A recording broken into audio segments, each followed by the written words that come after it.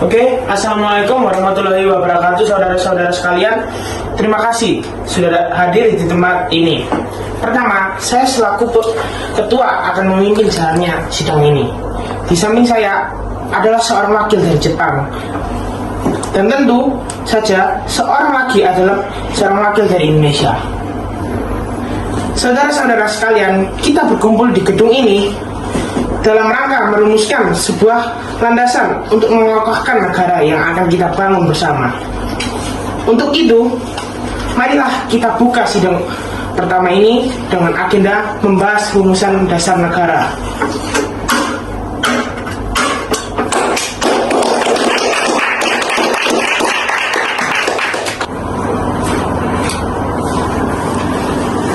Oke, kita akan memulai sidang ini. Selanjutnya kita akan memulainya dengan memberikan sebuah pendapat-pendapat yang akan diberikan oleh Mr. Muhammad Yamin. Silakan Muhammad Yamin.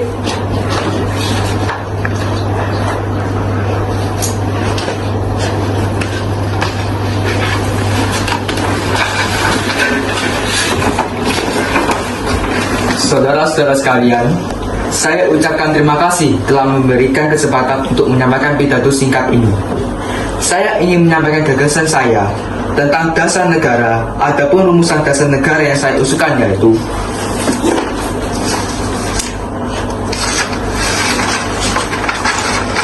yang pertama, peri kebangsaan; yang kedua, peri kemanusiaan; yang ketiga, peri ketuhanan; yang keempat, peri kerakyatan; dan yang kelima, kesejahteraan rakyat.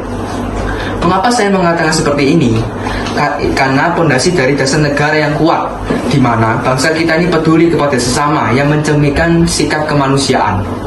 Kemudian sikap bangsa kita ini pula yang memegang teguh toleransi dan beragam, yang hal ini merupakan pencerminan dan peri ketuhanan. Dan juga rakyat kita ini merupakan rakyat yang suka kebersamaan, sehingga hal ini dapat mewujudkan kesejahteraan rakyat. Itulah usulan dari saya, mohon dipertimbangkan. Terima kasih.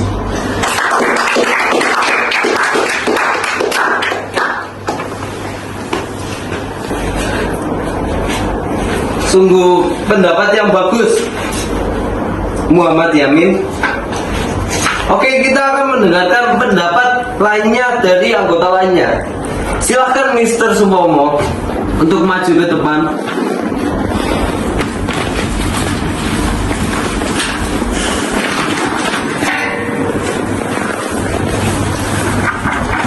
Sebelumnya saya berterima kasih kepada setiap anggota yang memberi saya kesempatan untuk menyampaikan pendapat saya.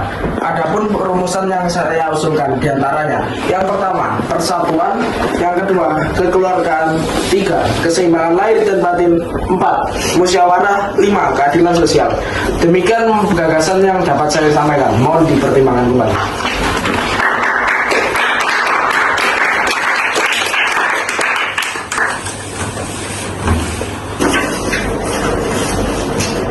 Pendapat yang sangat bagus, Mr. Supomo. Kita akan mendengarkan pendapat-pendapat yang lainnya juga. Mari kita mendengarkan pendapat dari I.S. Soekarno. Mari I.S. Soekarno berdiri di podium.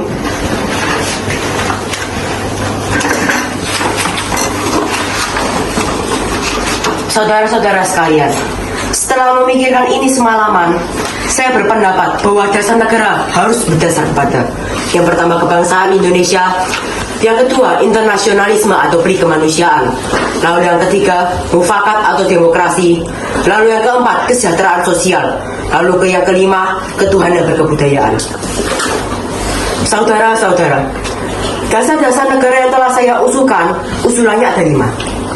Saya asalnya ingin memberikan nama sebagai Pancadharma. Namun, Pancadharma ternyata tidak tepat karena dharma berarti kewajiban. Sedangkan kita membicarakan soal dasar. Setelah mendapatkan saran dan petunjuk dari seorang teman yang ahli bahasa, akhirnya saya memutuskan untuk memberi nama kelima dasar negara ini, yaitu Pancasila. Panca yang artinya 5 dan sila yang artinya asas atau dasar. Di atas kelima dasar inilah kita akan mendirikan negara Indonesia yang kekal dan abadi. Barangkali ada saudara-saudara yang tidak suka akan bilangan 5 itu. saya boleh peras hingga tinggal 3 saja yang disebut sebagai Trisila. Yang pertama, sosionasionalisme, sosiodemokrasi, dan ketuhanan. Jika saya peras, maka menjadi satu yang akan disebut sebagai sosionasionalisme. Apakah saudara setuju dengan pendapat saya?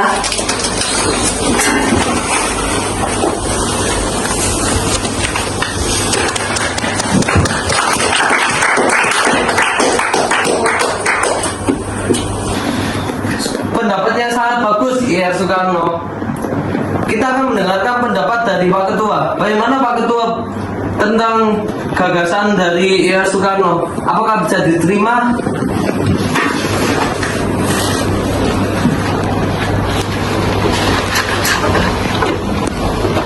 Baiklah, silakan kepada hadirin anggota sidang untuk menyampaikan pendapat tentang usulan nama Pancasila yang telah disampaikan oleh Pak Insinyur Soekarno.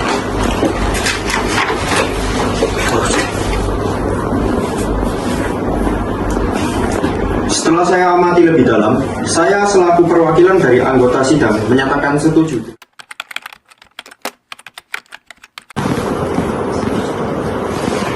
Setelah BPUPKI dibentuk pada 1 Maret 1945 dan dilantik pada 28 Mei 1945, kita harus melaksanakan tugas dengan baik. Benar kata Rajiman. Kita harus merumuskan dasar negara dan hukum dasar sesegera mungkin pokoknya. Lagi pula, Jepang telah menjanjikan kemerdekaan pada 7 September 1944 dan 29 Mei 1945 Suroso. Benar Pak Ramis. Walaupun pada sidang satu lalu Muhammad Yamin dan Mr. Supomo dan IR Soekarno telah mengusulkan pendapat tentang dasar negara, kita harus membuat kesepakatan akhir secepat-cepatnya. Ya Suroso, seperti usulan Asas Dasar Negara Kebangsaan Republik Indonesia oleh Muhammad Yamin pada 29 Mei 1945. Bagaimana isinya Muhammad Yamin? Begini Soekarno, yang pertama, peri kebangsaan, yang kedua, peri kemanusiaan, yang ketiga, peri ketuhanan, yang keempat, peri kerakyatan, dan yang kelima, kesejahteraan rakyat.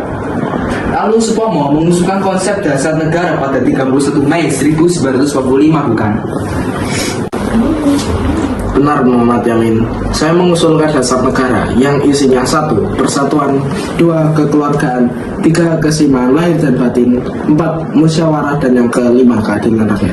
Sedangkan saya mengusulkan Pancasila yang isinya pertama nasionalisme, kedua internasionalisme, 3 mufakat dan demokrasi, lalu yang keempat kesejahteraan sosial, lalu yang kelima ketuhanan dan kebudayaan. Baiklah, sekarang untuk melanjutkan sidang kedua yang kemarin sempat tertinggal, kita membutuhkan laporan hasil kerja panitia perancang UUD yang telah dibentuk pada sidang kedua lalu. Soekarno. Tentu, panitia telah merumuskan pernyataan Indonesia Merdeka, pembukaan UUD dan batang tubuh UUD. Ya, pembukaan UUD diambil dari Piagam Jakarta yang telah dirumuskan oleh Panitia 9 dengan sedikit perubahan. Ya Maramis, sedangkan batang tubuh UUD dirumuskan oleh panitia kecil perancang UUD. Benar. Lalu konsep batang tubuh disempurnakan oleh panitia penghalus bahasa.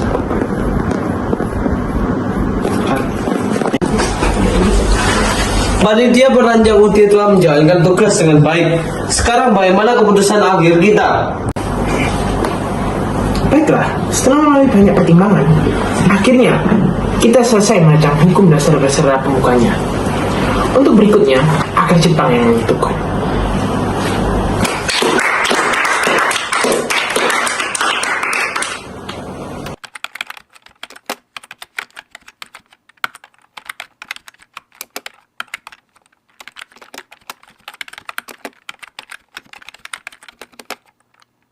Baiklah, kami akan berangkat nanti sore. Kami akan memberikan kemerdekaan bagi bangsa Indonesia, sehingga terbentuknya PPKI kemarin yang akan membantu. PPKI akan membahas semua kelengkapan negara pada saat proklamasi. Kapan pelaksanaan proklamasinya? Tak perlu khawatir, kami belum bisa menentukannya. Jepang akan memberikan kemerdekaan bagi Indonesia. Apakah wilayah Indonesia akan meliputi seluruh wilayah Hindia Belanda? Mungkin, bisa jadi wilayah Indonesia akan meliputi wilayah tersebut. Rasanya, saya belum yakin jika Jepang telah menyerah kepada sekutu. Kalau begitu, kita perlu diskusi lebih lanjut dengan beberapa tokoh yang terlibat. Lalu siapa saja tokohnya? Baik golongan tua maupun golongan muda untuk memproklamirkan kemerdekaan Indonesia.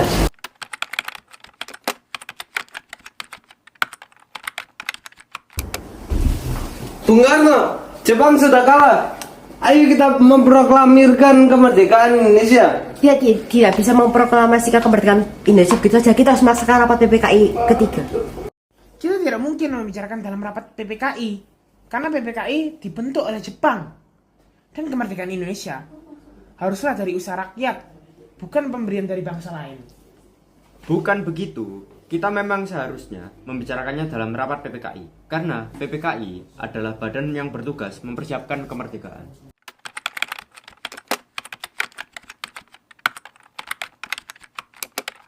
Ada apa ini? Apa maksud kami dibawa ke sini? Saya kan sudah mengatakan bahwa kemerdekaan Indonesia harus dibahas dan bisa PPKI dulu. Bapak benar, karena persiapan kemerdekaan itu adalah tugas kita. Lagi pula Bapak kan ketua PPKI, Bapak tidak mungkin mengambil keputusan tanpa anggota yang lain. Ayo kita segera ke sana. Saya rasa di sana pasti terjadi perdebatan yang sengit. Mari Pak, kita segera berangkat. Ada masuk Bapak.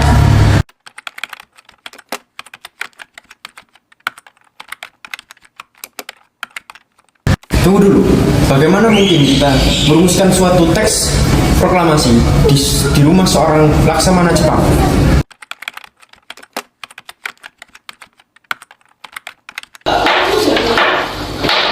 Saudara-saudara sekalian, hari ini kita akan melanjutkan pembahasan penting tentang struktur pemerintahan negara kita yang baru saja merdeka. Apa yang akan kita putuskan hari ini akan menentukan nasib bangsa ke depan. Kita harus segera menentukan wilayah-wilayah yang akan menjadi provinsi di Indonesia. Tugas kita adalah menyatukan Nusantara di bawah satu bendera. Namun, pembagian administratif harus jelas. Saya sepakat, Bung Hatta. Pembagian ini juga harus mencerminkan keberagaman wilayah kita dari Sabang sampai Merauke. Saya mengusulkan agar Sumatera dibentuk sebagai provinsi tersendiri. Mengingatnya luasnya wilayah dan pentingnya peran Sumatera dalam perjuangan. Itu usul apa ya? Apakah ada yang keberatan? Jawa dibagi menjadi beberapa provinsi. Saya mengusulkan adanya provinsi Jawa Barat, Jawa Tengah, dan Jawa Timur. Mengingat populasi yang padat dan luasnya wilayah. Benar, dengan demikian administrasi pemerintahan akan lebih mudah diatur. Bagaimana dengan Kalimantan? Kami ingin diakui sebagai satu provinsi, namun dengan otonomi yang cukup untuk mengelola sumber daya kami. Kalimantan akan menjadi provinsi itu sendiri. Kita akan memastikan bahwa setiap wilayah mendapat perhatian adil dan merata. Saya kira dengan demikian kita sudah memiliki konsep dasar pembagian wilayah Sumatera, Jawa, Kalimantan, Sulawesi, dan beberapa wilayah lain. Apakah ada yang ingin menambahkan? Kadang kita juga perlu memikirkan tentang sistem pemerintahan yang akan kita pakai. Sistem presidensial sudah kita sepakati, namun kita perlu segera menunjuk pejabat untuk tiap wilayah. Tepat sekali. Kita akan melanjutkan diskusi dalam sidang berikutnya untuk menentukan pejabat pemerintahan provinsi. Saudara-saudara, saya rasa apa yang kita putuskan hari ini merupakan langkah besar untuk menujunya tercapainya pemerintahan yang kokoh dan bersatu. Saya berharap kita akan terus bekerja keras demi masa depan bangsa. Sidang ini saya tutup.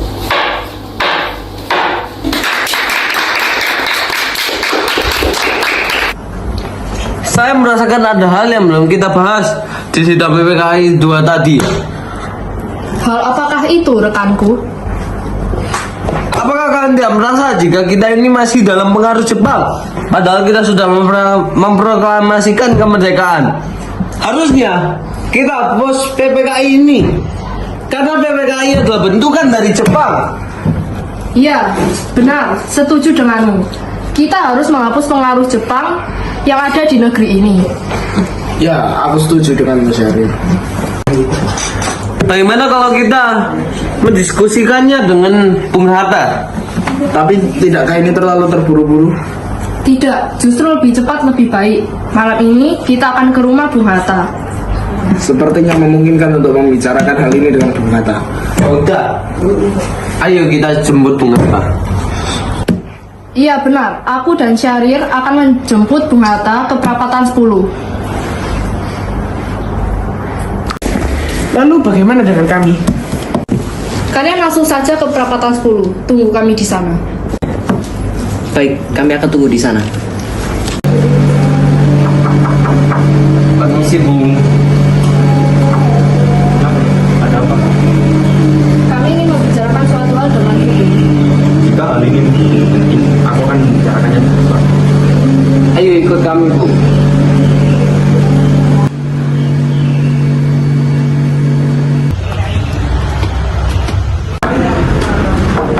Assalamualaikum Bung. Waalaikumsalam, ada apa kalian ramai-ramai di sini? Kami kemari untuk menemui Bung Karno. Tunggu sejenak, biarkan saya mengenalkan.